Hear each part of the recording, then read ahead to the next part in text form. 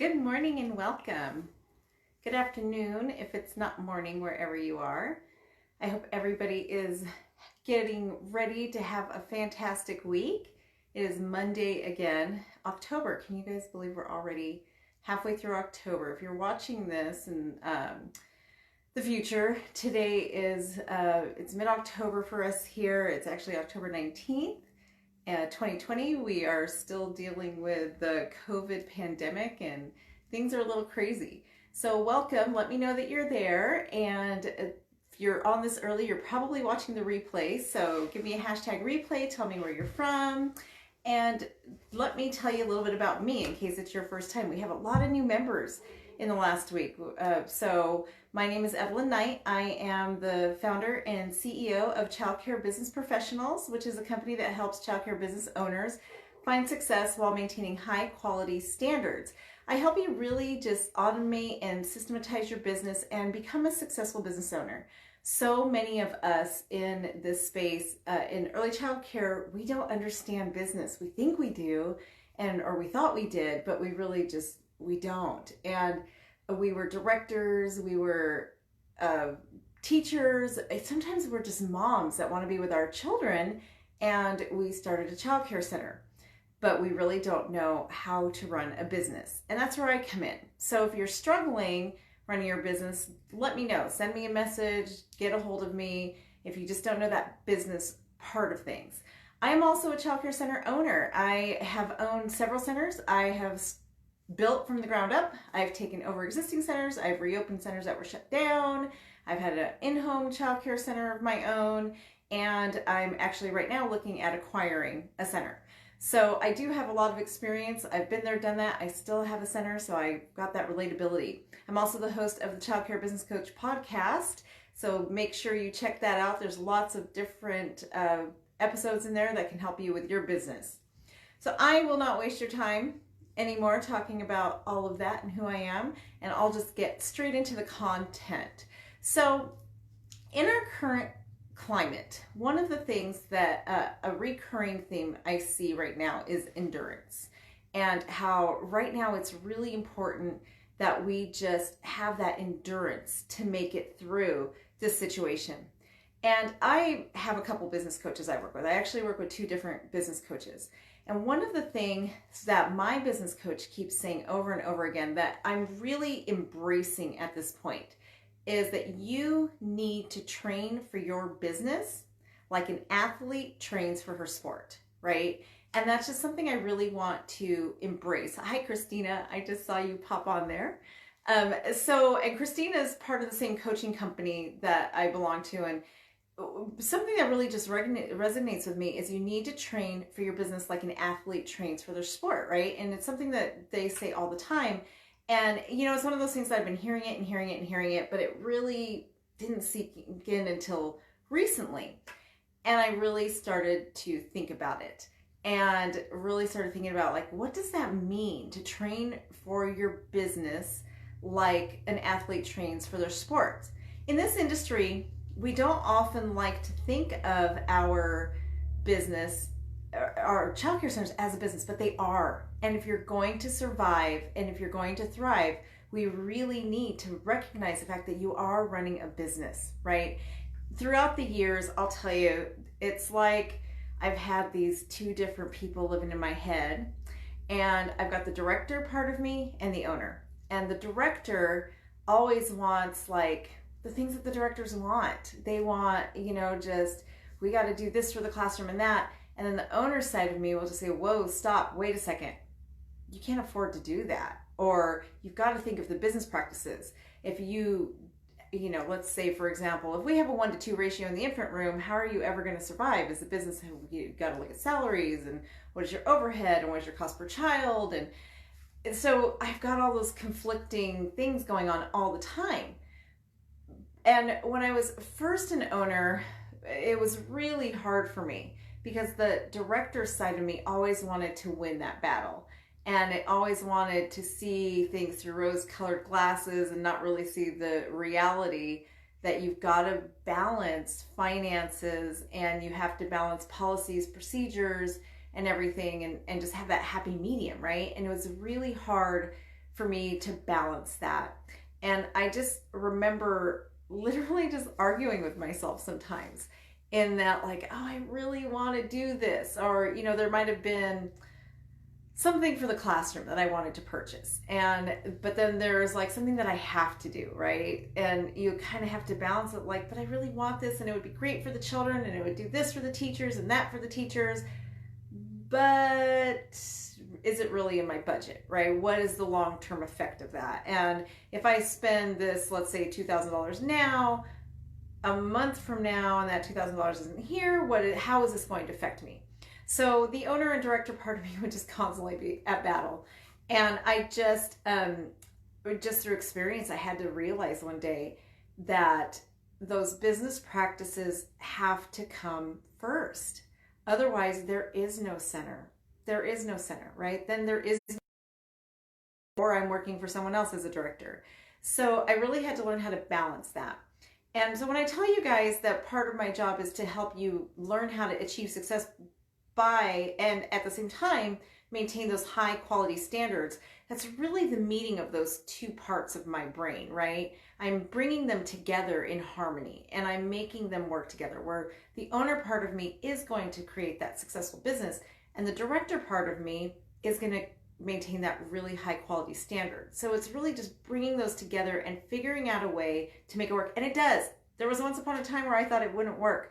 I didn't think that it was financially feasible to have a 5-star NACE accredited center and turn a profit. But I learned that I was wrong, and you can do that. And that's where that training like an athlete comes in, right? And by the way, I've got to give credit where credit is due. Kelly Roach is the one who says that. She's the one I'm getting that quote from. And she, you know, talks about it all the time, where there's so much you have to do behind the scenes. And that's where the endurance comes in. Think about how an athlete trains, an Olympian, right? They compete, once every 4 years?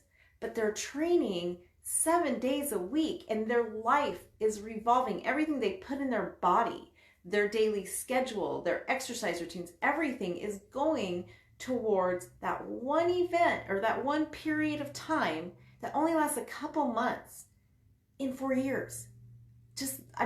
Think about that, right? When you think of a professional athlete. I know for us, we're coming into the holiday season. Christmas plays, right? All of you guys, we do these Christmas plays.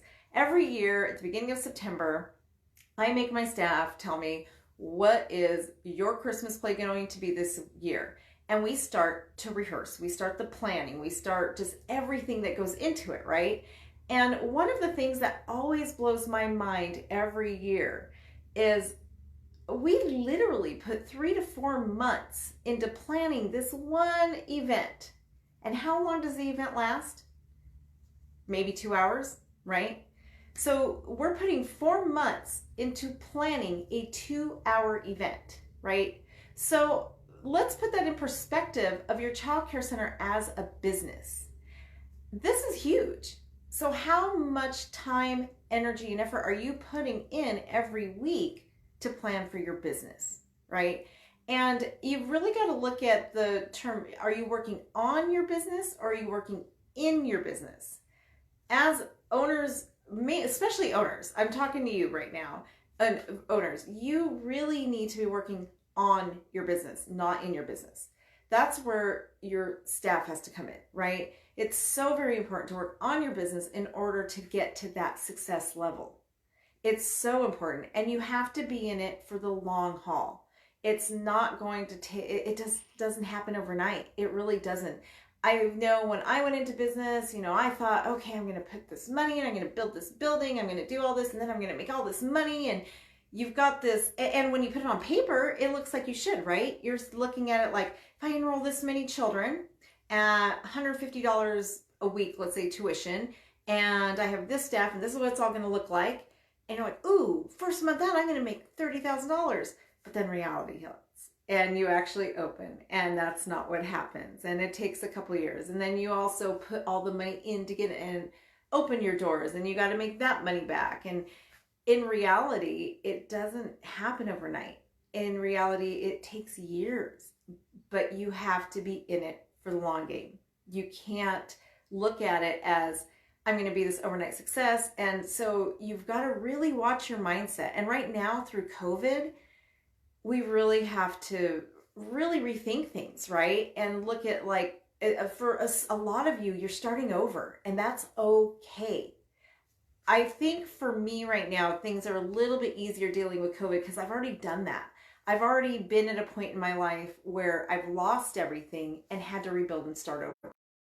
And so I think now what I'm seeing a lot of people go through is a bit easier on me because I've been there, done that, and I prepared for it, right? So like when COVID hit, I was prepared because I've already experienced that. And so what I have to tell you guys who are in that point of your life where you're working on the endurance and it just seems like this is just so hard, and that maybe you are at a point where you are hitting rock bottom, right? You can always get back up. Athletes fall down, they break their ankle, things happen, but what do? They get back up and they do it again, and they do it again, and they do it again. And what makes them successful are those times that they fall down. What makes us really successful in the end is when we take those failures that we experience in our life, when we take what's happened and we embrace it. And instead of living in that past, instead of just focusing on, but I've been through this and this is what happened to me and this is, that victim mentality, instead of getting stuck in that, we basically take that and we run with it. We take it and we say, okay, these are the lessons I've learned. Now I'm better and stronger for it. So now in my future, I'm going to take those lessons and make sure I don't do it again. So you really just start to run with it instead of staying stuck in the past and those mistakes, those failures. And some of them aren't even mistakes. It's just what's happened to us in this time, right? Maybe it's lack of preparation, and just life happens.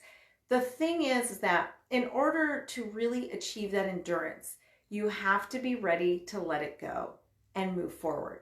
You have to be ready to just say, okay, that is done and over with. I'm finished. I'm moving forward. So that's really what, I want you guys to focus on when you're struggling, is that moving forward piece. The other thing I really want you guys to really think about is you have to know where you're going. And I know I talk about vision all the time, right? I'm always coming back to, you got to have your vision. You got to have your vision. But this is why. Your vision is your roadmap. If you don't know a destination on where you're going, then how are you going to achieve success? If you don't know where you're going, how are you going to get there? If you don't have a destination planned out, how do you know where you're going? So that's why I'm always talking about vision. And when it's very hard to be motivated, when you feel like everything around you is just failing, that motivation will come from your vision. When you just keep focusing on, nope, I can still get there. I can still get there. No matter how many times I fall down, I can still get there. You have to stay focused on that. And that will help you get that motivation. And I know I've been there and done that, where it feels like you just fall into a hole, right? Like things are just not going your way. You feel like you're failing, and it literally feels like you're fell into this hole, and it's so hard to dig your way out. And I can tell you though that you can dig your way out when you focus on that goal. Focus on, what am I trying to get to? And then take action. One of the hardest things when you get into those depressed holes where you feel like everything is coming against you is taking action. So what I would encourage you to do is, what I do every week I just basically look at, what are the things I need to do to accomplish my goals this week? How am I going to get to where I want to be, right? And every day I pick 3 things. What are the 3 things I need to complete today that are going to get me to my goal, that are going to make my vision come alive and come true? And take action. As when you fall into that depressed hole and you just feel like you're going to give up and you just can't make it, taking action is so very important. I think I'm going to do an entire episode on giving yourself grace, because I say it all the time, give yourself grace. I'm always talking about that. So I will, but I am going to touch on it a little bit today, because that is part of the endurance piece too. In order to make the long game, every now and then we have to give ourselves grace. And we're if you guys have been watching me for a while, during the beginning of this entire series that I started when COVID started, I would talk to you guys about the decision-making process, right?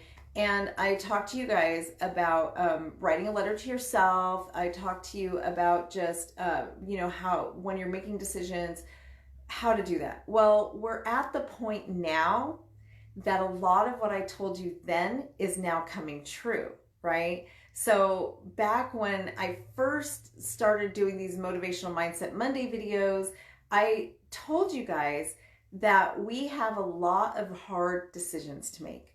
A lot of us didn't know, are we going to stay open? Are we going to close? What are we going to do, right? We were facing this decision as childcare owners on, do we serve the families that need us and keep our centers open, or do we close and possibly let a lot of families down, right? And that was such a hard decision for us to make. We're on the other side of that now, okay? A lot of us are. Some of you guys are still in the middle of it, but a lot of us are on the other side of that decision we had to make, right? And one of the things I told you guys back then was to give yourself grace and to remember that when you're making these decisions, you don't have all the facts, right? And I always refer to us as our future self and our current self. And then I told you that your future self will have all the facts.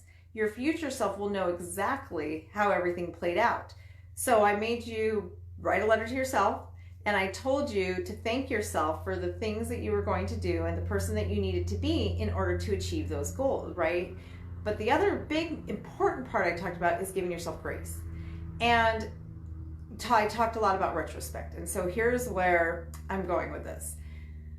Today, we have retrospect, right? We know how a lot of these scenarios played out. And a lot of you I'm seeing and I'm getting messages from are really beating yourself up because of the decisions you made. But what I want to remind you is the person that you were when you made those decisions did not have all the facts. And excuse me, I'm going to take some water really quick, guys. The person that you were when you made those decisions did not have all the facts, right? The person you are today does know how everything played out. You do have all the facts today. You did not have all the facts then. So do not beat yourself up for the decisions that you made. I'm sorry, I'm gonna have to take more water. Do not beat yourself up for those decisions that you made back then, because the person who made those decisions did not know how things were going to play out. We did not know how long things were going to be closed. You did not know all the things that you know today, right? So when you start getting upset with yourself and telling yourself things like, gosh, I shouldn't have done it. I should have done it this way. I shouldn't have done this. I shouldn't have done that, right? Just remember, when you made those decisions, you did not have all the facts. You did not know how things were going to play out. You did not know how long your state was going to stay closed. You did not know how many businesses might shut down, right? So you made the best decision you could with the information that you had. You did the best you could at the time. So that's where I say give yourself grace. And if you really start beating yourself up over these things, it's going to be very hard for you to make it through the long haul. Hi, Melody, I see you. You got to schedule a time to talk with me. We haven't talked in a while, so you got to get on my calendar, Melody. But it's good to see you on there. So just remember, you guys, that if you've got to be in it for the long haul, you cannot beat yourself up, or you're not going to have the endurance to make it. It's going to be very, very hard for you to make it. So just really watch your mindset and your thought process, and make sure that you just remind yourself that, yes, I made this decision. Might not have turned out the way I hoped it did, but when I made this decision, I didn't have retrospect at the time, and I do now. And so I'm not going to beat myself up. And thank yourself for making the decision. So many people I saw just froze and did nothing. And the worst thing you can do is freeze and do nothing, right? That will be the first thing that bankrupts you and gets you into some major trouble. So just remind yourself that, I did it. I took action, and thank yourself for that. It's not quite time yet to open those letters up that I told you to write yourself. We'll probably be opening those in March. But if you haven't done that yet, and you haven't been watching me since March, what I encourage you to do is write yourself a letter thanking yourself for being the person that you know you can be and that you will be to get through this time. The holidays are upon us. Things are getting harder. It feels like it's just getting long, and we're getting tired, I think, of dealing with this COVID environment, and it's hard running a childcare center through this. So in order to help with your endurance, go through and think of what actions are you going to need to take from now, let's say until spring, right? What are you going to need to do to get your center through this time? Write yourself a letter and thank yourself for doing those things. And you're going to open this letter up in, we'll say, March, okay? And basically you're just going to say, thank you so much for not giving up. Thank you for fighting through this. Thank you for encouraging your staff to get this done. For my letter, a lot of the things that I don't have discipline with was like applying for the PPP loan. So I wrote things like, thank you for taking the time to apply for the PPP loan. Thank you for not allowing your emotions to overcome you and overwhelm you. Thank you for not freezing. Thank you for taking action. Thank you for stepping up and being the leader you needed to be for your staff, the leader that your staff needed you to be. Those are the kind of things that I would write to myself.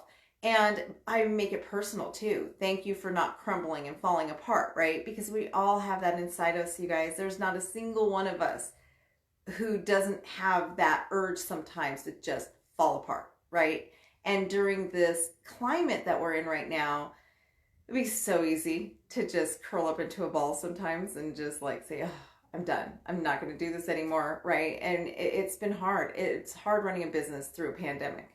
But a lot of us, you know, we're coming to the other side of that. And so if you need encouragement and if you need to open that letter sooner than later, go for it. But I encourage you, if you haven't done it, write yourself a letter.